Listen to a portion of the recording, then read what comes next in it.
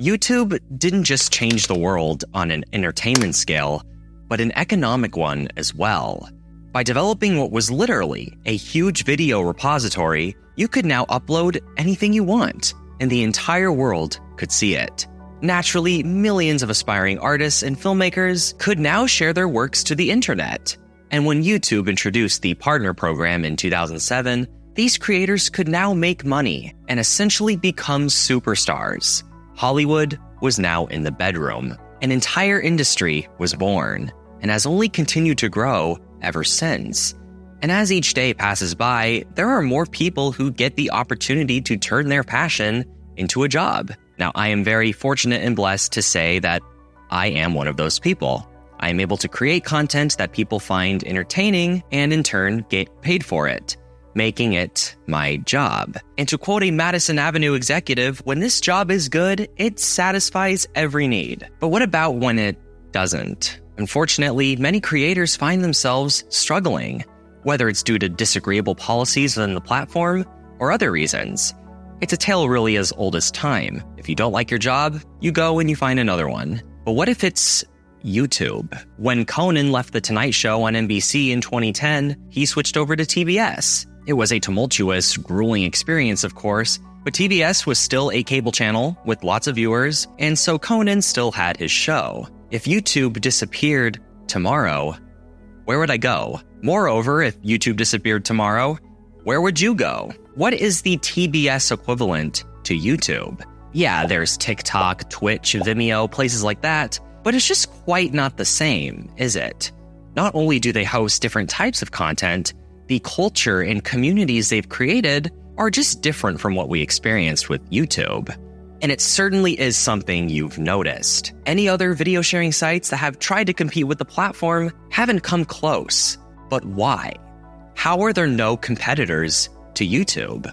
Now, I absolutely love what I do, but like most people, I have had my share of shenanigans in the past where YouTube support isn't exactly helpful with solving a problem. And because there are no alternatives, their decision is often final, and you are just stuck with what you're given. And with no other recourse, you become dependent on it, and that's not good. And when you look at how YouTube came to be and the obstacles it faced to even exist, the reason for why it stands as a lone venture becomes quite apparent. But in the meantime, if we want this to change, what do we do? And what exactly is stopping you from being the one who creates the first competitor to YouTube?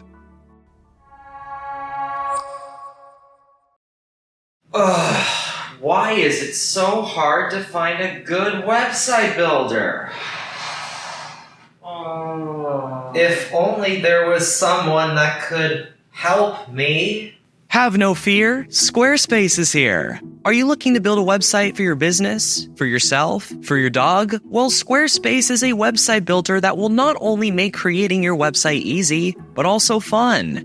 What I really love is that you don't even have to be that skilled or experienced in design to make one. You can choose from a variety of flexible website templates and then customize them to fit your needs and creative vision. If you're an online seller, Squarespace also provides a great payment portal, allowing tons of flexible payment options including card, Apple Pay, and PayPal, so that customers never have to leave your site to make a purchase. And if you want to switch back and forth between different images and elements on your page, the asset library is there to keep everything in one place, no longer requiring you to keep files on your computer. And they can also be accessed anywhere. Squarespace has made designing my website a lot of fun and has saved me from a ton of headache. And by visiting squarespace.com/nationsquid, you can get 10% off your first purchase of a website or domain name. So go ahead and download Squarespace and get started with your online ventures today.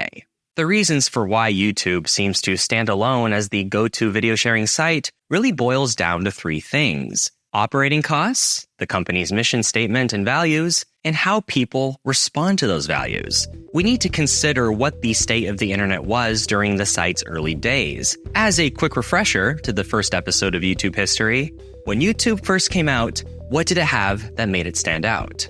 Well, it was a video sharing site that had a built-in video player, so you didn't have to download anything. It also accepted virtually all file types for upload. And best of all, it was free. You didn't have to pay for it, whether you were a viewer or an uploader. It sounded almost too good to be true. Because it had no barrier to entry, YouTube's popularity skyrocketed, and it very quickly became the #1 site for sharing videos on the internet. And receiving millions of dollars in venture capital to fund this system gave YouTube more than enough time to figure out how they were going to turn a profit. But then their traffic snowballed at unseen rates, and to find a place for all these new videos, their money was drying up fast. In case you haven't figured it out yet, running a video sharing site is expensive, stupid expensive. From a practical standpoint, YouTube's business model is basically impossible. By 2007, YouTube used as much bandwidth as all of the internet in 2000. But wait, this was 2 years after the site started. How on earth were they still around at that point? Well, the year before, they were bought by Google. And had this not happened, YouTube most certainly would have become history. This is why I still stand by my very hot take that Google buying YouTube was the best thing that could have ever happened, because it was either that or YouTube would not exist. Heck, not even Google themselves could create a competing video sharing site. After YouTube already started garnering popularity, Google Video was created as a direct competitor. Google was lucky in that they had all the necessary infrastructure to host a ton of videos, but for other reasons, the project completely failed. We'll get into those reasons in a minute, but in short, Google really wanted a presence in this new online video industry, and YouTube needed one of the big guys to come in and take over. There was a strong sense of mutualism, and so the acquisition occurred. And basically, that's how it's been running ever since. Google has billions and billions of dollars, so they can easily afford the exponentially growing bandwidth that YouTube takes up. As I've mentioned before, according to some sources, YouTube isn't even profitable. While a lot of this has to do with how Alphabet reports its earnings, from an economic standpoint, it does make sense. Google operates hugely on economies of scale, a belief that spending a lot of money on production now will increase revenues later in the long term. It's the exact same reason why Costco food is so cheap. Costco intentionally sells their food court products at a loss because it gets people in the store where they are more likely to buy other things that are profitable while they're there. This is something called a loss leader. When you go on YouTube, you are more likely to consider buying a YouTube Premium subscription or a Google Drive subscription, rent a movie, all kinds of things. In other words, YouTube's free services make the Google name look good. And operating at just a little bit of a loss isn't a big deal when looking at Google's revenues in the big picture. But again, why YouTube specifically? Why didn't Facebook buy Dailymotion and try to compete with YouTube? Why is it really only YouTube was the one that got acquired from a multi-billion-dollar company? One simple concept: company image. Let's take a look at YouTube's mission statement. It's very simple: to give everyone a voice and show them the world. Their motto at the time encompassed that. Broadcast yourself. It didn't matter who you were, YouTube was for everyone, and for anything. Well, within reason. But there was another component to this as well, and it's the reason for why Google Video failed: copyrighted content. Google Video's mission statement was that it was not for everyone. It was mostly meant for corporations like TV networks, a much more professional version of YouTube. So naturally, they were very by the book on copyright laws and making sure licensing terms were honored. Yes, you would find the occasional cat video on there, but that wasn't their primary demographic. On YouTube, you could find anything, from shoes, bootleg copies of Coraline, whatever the hell this is, it didn't matter. And although Dailymotion's story is quite similar to YouTube's, there was one thing they did that ultimately killed their chances of being competition. They allowed adult content on their website, whereas YouTube did not. Now you can't show Dailymotion in classrooms, work meetings, or most public settings, because there's always that chance that something inappropriate could pop up, even on an otherwise innocuous video. Although copyrighted content is illegal, it does not have that same level of disgust. A teacher on YouTube is not going to go, "Oh God, Harriet the Spy!" By including too much content, you ironically end up excluding an entire demographic.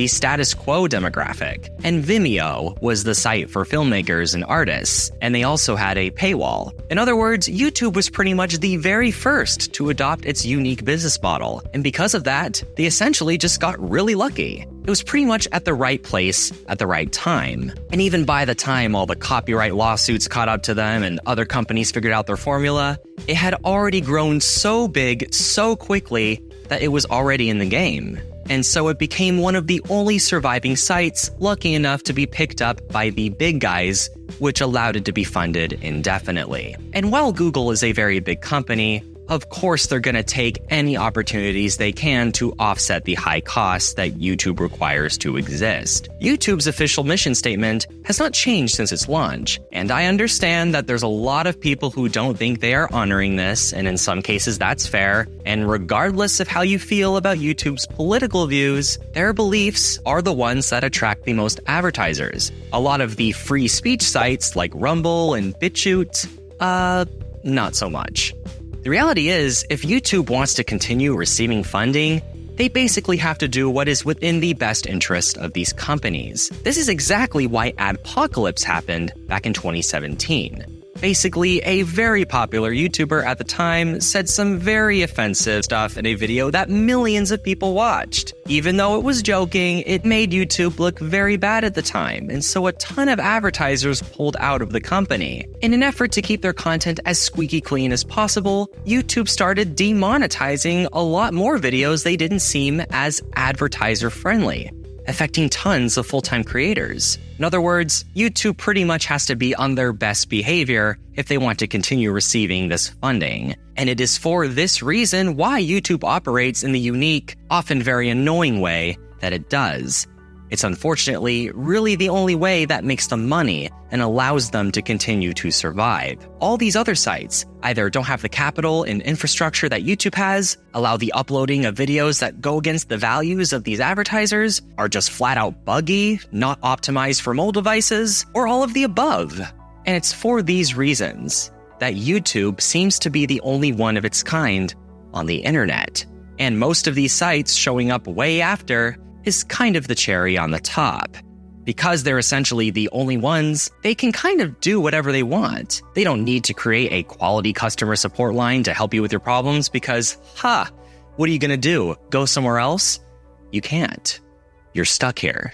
But with the passage of time, it seems increasingly likely that a legitimate competitor to YouTube will show up. TikTok does now have comparable views to YouTube, but it's only short-form content. Naturally, because it saves on hosting costs. But if they somehow shifted to the video format we see on YouTube, who knows? Maybe it could succeed. Same with Twitch. Comparable numbers, but only does live streaming. Perhaps they could succeed if they did the same thing as well. Even Rumble is getting a lot of views. But again, with the type of content they allow on there, it does scare away most advertisers and the public. Regardless of how you feel about that content, that is just the reality in the current market. Perhaps if they change their business model to being more impartial, they could increase their chances of getting on the same scale as YouTube. So basically, if you found a way around all these problems, then yeah, you absolutely could create a legit competitor to YouTube. Much like how Bram Cohen solved the bandwidth problem of downloading large files with the BitTorrent protocol, perhaps someone needs to take a similar approach of thinking with solving the bandwidth problem of YouTube and make its level of hosting much cheaper. But as of right now, simply no one has done it yet. Maybe you'll be the first. At least you got Squarespace. That was so shameless. That was shameless. You also got my Patreon. Go to patreon.com/nationsquid. Or you can buy me a coffee, help support the channel. Hey, it's all in the name of creating competition. A special thanks to my patrons and channel members for making this video possible. Thank you so much for watching. If you enjoyed this video, please subscribe and click the notification bell so that you never miss a future video.